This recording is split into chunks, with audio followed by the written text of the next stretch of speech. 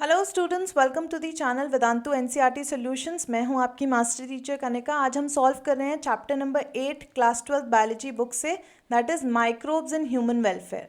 यहाँ पर हम सॉल्व करेंगे क्वेश्चन नंबर 11 आज, जो कि आपसे पूछ रहा है that 3 water samples namely river water, untreated sewage water and secondary effluent discharged from a sewage treatment plant were subjected to BOD test।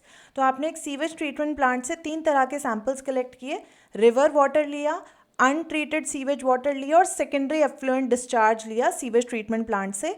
तो आपने तीनों का BOD टेस्ट करना है।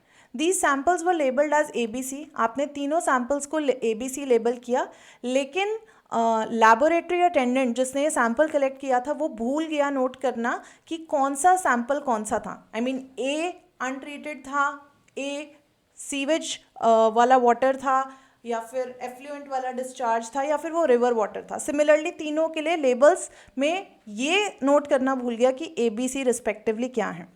तो BOD वैल्यूज़ बट हमें मालूम है A, B और C की BOD वैल्यूज़ गिवन है 20 mg पर litre, 8 mg per liter, 400 mg per liter respectively.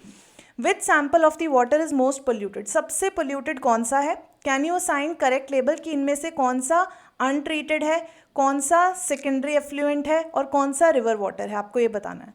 तो बच्चों सबसे पहले हमें समझना होगा कि what is BOD। तो हम जानते हैं BOD biological oxygen demand। BOD stands for biological oxygen demand। Alright, और बायोलॉजिकल ऑक्सीजन डिमांड का मतलब होता है कि 1 लीटर ऑफ वाटर में ऑलराइट कितना ऑक्सीजन यूज होगा to consume all the organic matter from it. Microbe को कितना ऑक्सीजन यूज करना पड़ेगा टू डाइजेस्ट ऑर्गेनिक वेस्ट या फिर organic matter from 1 litre of water. So let's write the definition. Biological oxygen demand is the measure of the amount of oxygen required to digest the organic matter from 1 liter of sample of water। Okay, sample of water मतलब natural water भी हो सकता है, कोई river water भी हो सकता है, कोई पॉन्ड वाटर भी हो सकता है। जो भी आपने लिया है उसकी क्वांटिटी 1 लीटर होनी चाहिए।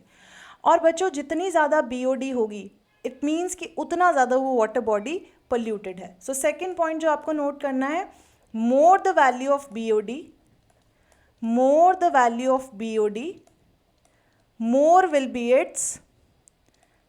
will be the pollution content present in that water body। More will be the pollution content present in that water body। All right, clear. तो अगर हम ध्यान से देखें हमारे पास 3 वैल्यूज़ गिवन थी। क्या क्या वैल्यूज़ थी, I am noting them down here. 8 mg पर लीटर था हमारे पास एक value given. All right, if I can check in the question once again, of course आप भी देख सकते हो 8 mg पर लीटर, 20 mg पर लीटर, और हमारे पास लास्ट वैल्यू थी 400 mg पर लीटर फॉर BOD। ओके, तो BODs की ये सारी वैल्यूज़ गिवन थी। तो बच्चों बहुत सिंपल हो गया अब हमारे लिए क्वेश्चन, क्योंकि मैंने आपको बताया जितना ज़्यादा BOD मतलब उतना ज़्यादा पोल्यूटेड वाटर। तो जाहिर सी बात है जो 8 mg पर लीटर वाला BOD होगा that must be belonging to river water, क्योंकि रिवर वाटर सबसे क्लीन होगा। ऑलराइट, फॉलोड बाय 20 mg पर लीटर।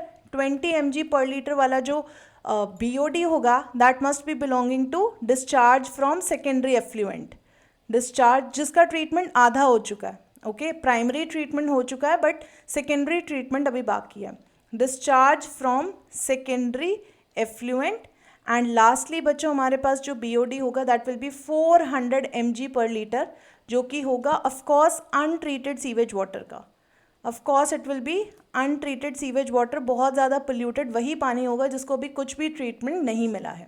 तो अगर हम इसको मैच करें बच्चों, river water is A followed by B which is 20 mg and C which is 400 mg per liter। Okay, तो रिस्पेक्टिवली हमारे पास A, B और C सैम्पल्स, नो एक्चुअली हमारे पास अगर क्वेश्चन में देखें तो अलग दिया है। Let me just change it that way. Question में वापस चल के देखते हैं बच्चों एक बारी। Let's go back. क्वेश्चन में हमारे पास गिवन है ए बी सी रिस्पेक्टिवली का 28 एंड 400, 28 एंड 400। ओके, तो 20 is A is discharged from secondary effluent, B is river water and C is untreated sewage water. So I hope आपको clear हो गया। तो labels हमें करेक्ट मार्क करने थे with the kind of source of water जहाँ से हमने लिया है। I hope this solution is clear to you.